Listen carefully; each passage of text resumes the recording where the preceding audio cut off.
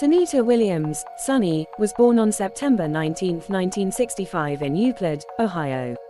Her father, Deepak Pandya, was an Indian-American neuroanatomist from Mehsana district, Gujarat, while her mother, Ursuline Bonnie Pandya, was a Slovene-American. Her parents resided in Falmouth, Massachusetts. She is the youngest of 3 children. Williams graduated from Needham High School in 1983. She received a Bachelor of Science degree in Physical Science from the United States Naval Academy in 1987. Williams was commissioned and signed in the U.S. Navy in May 1987. After a 6-month temporary assignment at the Naval Coastal System Command, she was designated as a basic diving officer.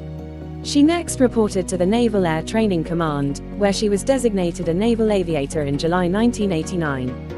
She received initial sea training in Helicopter Combat Support Squad and was then assigned to Helicopter Combat Supportive Squad.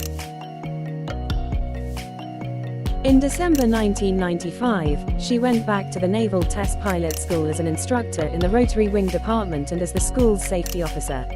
When she was selected by NASA for the Astronaut program, she has logged more than 3,000 flight hours in more than 30 types of aircraft. In July 2015, NASA announced Williams as one of the first astronauts for U.S. commercial space flights.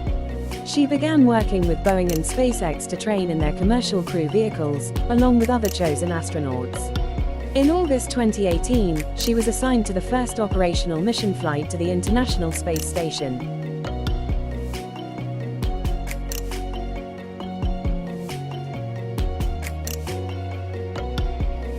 Had some of the most amazing aurora while we've been up here. We've flown through it, so the window around you was like all full of green all around us, and that is pretty spectacular. And to understand that there's things in the universe that are so much more powerful than we can even imagine on Earth, I think that's what blows my mind, and it reminds me that, you know, we're lucky to be here.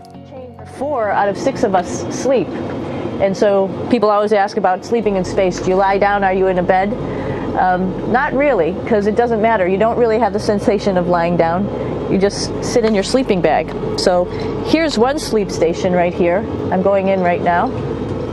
You can follow me if you want. So I'm inside. It's sort of like a little phone booth, but it's pretty comfy. I've got a sleeping bag right here that we sleep in, so we don't have sort of like a little bit of a cover. We don't fly all over the place.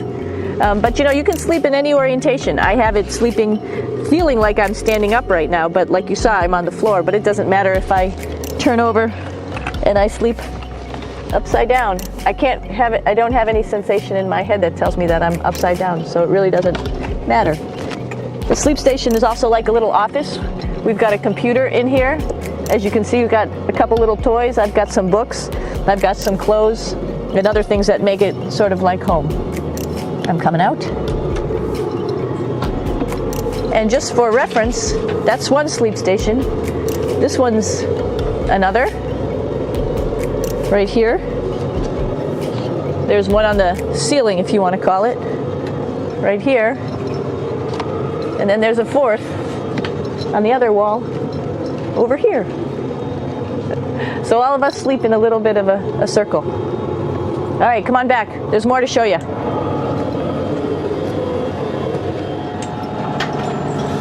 I know that there's some questions about how to use the bathroom and how do you actually live in space like normal, like at home. I mentioned real quickly about getting up in the morning and brushing your teeth and washing your face. Well, how do you do that? Well, here is the bathroom, essentially. You get up in the morning, and we have a little kit, and it has all the essential things that you need, like your toothbrush and toothpaste and brush. See how much better the brush makes my hair look? I'm just joking. It still stands up straight. It doesn't matter where you are. It's always going to stand up straight while you're up in space. A lot of people ask about toothbrush and toothpaste. So, luckily enough, toothpaste, you can do it right this way, is sticky, and so it sticks to your toothbrush, no problem. Another cool thing is that water sticks to your toothbrush too. If you can see it, I'll have some water come out. water is pretty neat up in space. It'll stick to your toothbrush, and it will make a big bubble. And that's just by surface tension. And then you can drink it. So a lot of people ask about what do you do with the toothpaste after you brush your teeth.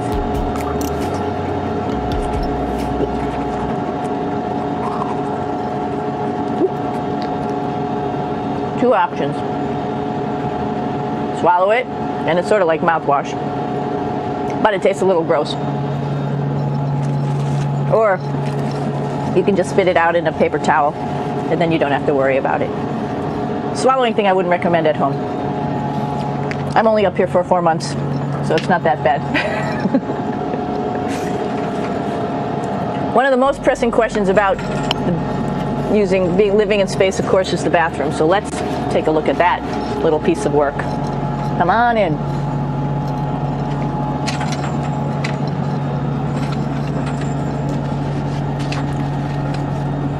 Here we are at the throne. This is awesome. You might see the little, you might have noticed the little moon on the outside.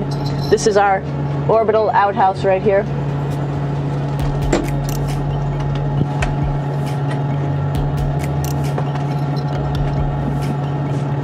And of course, it serves for two functions. Number 2, right here. I'll show you. But you see it's pretty small, so you have to have pretty good aim, and you'll be ready to make sure things get let go the right direction. And it smells a little bit, so I'm closing it up. And that's of course for number 2. And this guy right here is for number 1. So they're sort of two slightly separate functions, but you can do a little, essentially both, by hanging on right here and doing number 1 and number 2.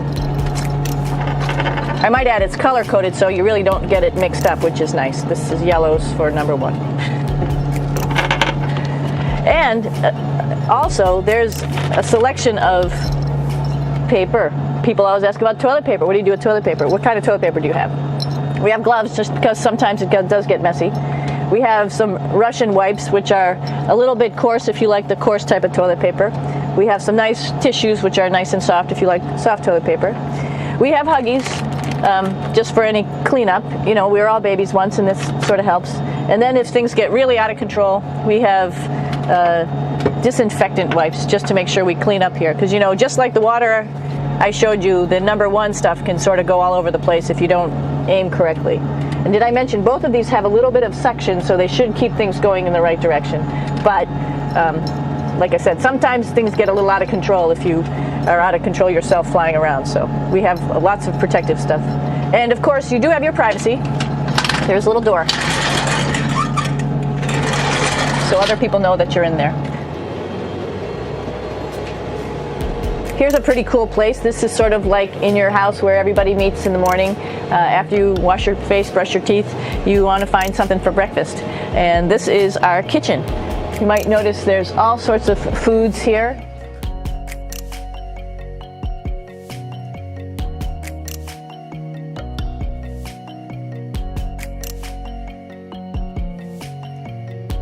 On June 5, 2024, the launch of Starliner made Williams, its pilot, the first woman to fly on a flight test of an orbital spacecraft. She became the first woman to fly on a flight test of an orbital spacecraft during the 2024 Boeing Crew flight test, and had her stay extended by technical problems aboard the ISS for more than 9 months.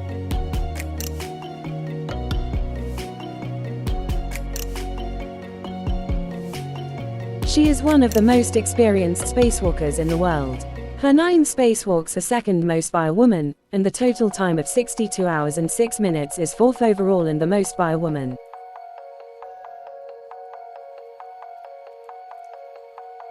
The lasted 9 months, or 288 days, making Williams and Wilmore 2 of the longest-serving NASA astronauts in space on a single mission.